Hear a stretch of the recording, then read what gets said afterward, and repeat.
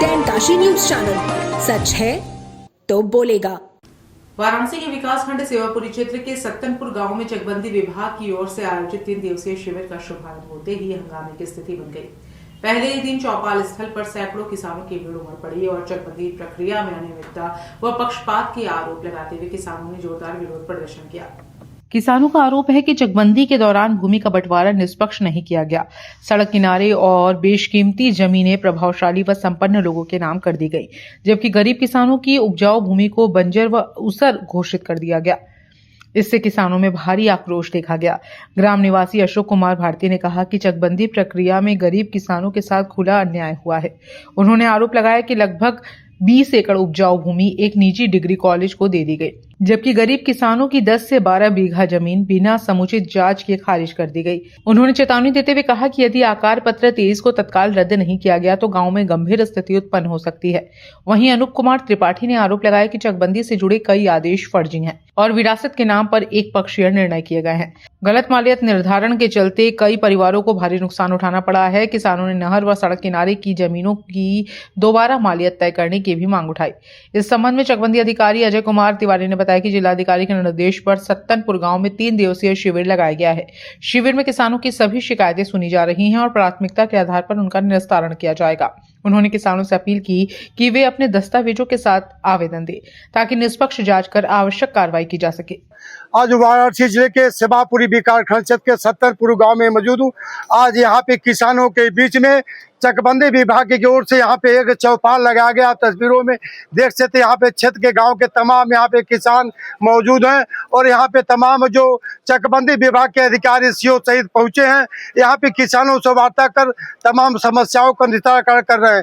लेकिन वहीं किसानों का आरोप है, यहाँ पे तमाम किसान आंदोलन कर रहे हैं, यहाँ पे प्रदर्शन कर रहे हैं।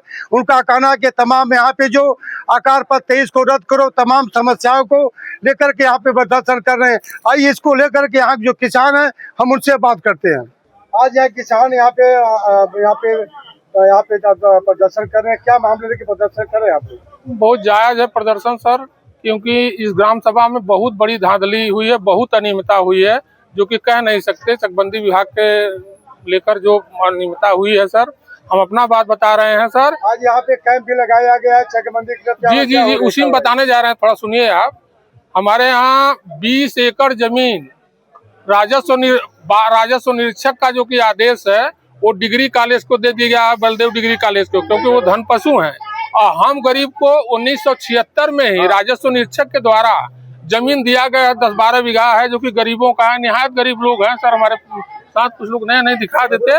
निहायत गरीबों का जमीन खारिज कर दिया है सर, जबकि बलदेव डिग्री कॉलेज का 20 बीघा थोक के भाव उनकी जमीन पारित कर दी गई है। गरीबों का जमीन जो है सर निरस्त कर दिया गया है।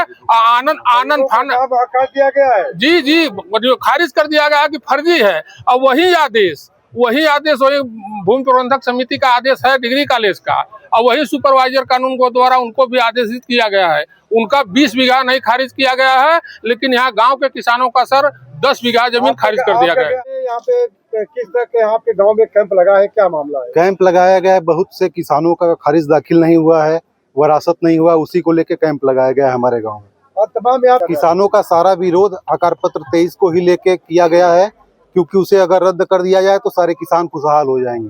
ग्रामवासियों की मांग पर माननीय जिलाधिकारी महोदय व अपर जिलाधिकारी नागरिक आपूर्ति जो हमारे उप संचालक चकबंदी पद पर भी नियुक्त हैं, उनके द्वारा दिए गए निर्देशों के क्रम में हमारे बंदोबस्त अधिकारी चकबंदी, मैं चकबंदी अधिकारी अजय कुमार तिवारी और सहायक चकबंदी अधिकारी व हमारे चकबंदी कर्ता लेखपाल द्वारा 3 दिवसीय कैंप का आयोजन प्रारंभ किया जा रहा है ग्राम सत्तनपुर में। ग्राम सत्तनपुर में पूर्व में सन 1976 से चकबंदी प्रक्रिया लागू की गई थी, जो 2010 में निरस्त कर दी गई थी। पुनः 2015 में चकबंदी प्रक्रिया लागू की गई थी। पहली चकबंदी के दौरान जो निरस्त हो चुकी है, उसके दौरान पारित किए गए आदेशों, जिनमें वरासत बैनामा संबंधी आदेश हैं, तमाम उनका निस्तारण नहीं किया गया था। ग्रामवासियों द्वारा चक का जो प्रदर्शन किया गया, इस गांव में कब्जा प्रवर्तन अभी विगत जून जुलाई में किया गया है उसके संबंध में भी आपत्तियां हैं। आज कैंप में कुल 174 पत्रावली जो है नियत की गई थी, जिसमें पूर्वांचल की खबरों से जुड़े रहने के लिए आज ही सब्सक्राइब करें हमारा YouTube चैनल डनकाशी और हाँ, लेटेस्ट अपडेट्स के लिए बेल आइकन को प्रेस करना ना भूलें। और आपके पास है कोई जानकारी या है कोई सूचना तो हमारे दिए गए नंबर पर आप हमसे संपर्क कर सकते हैं।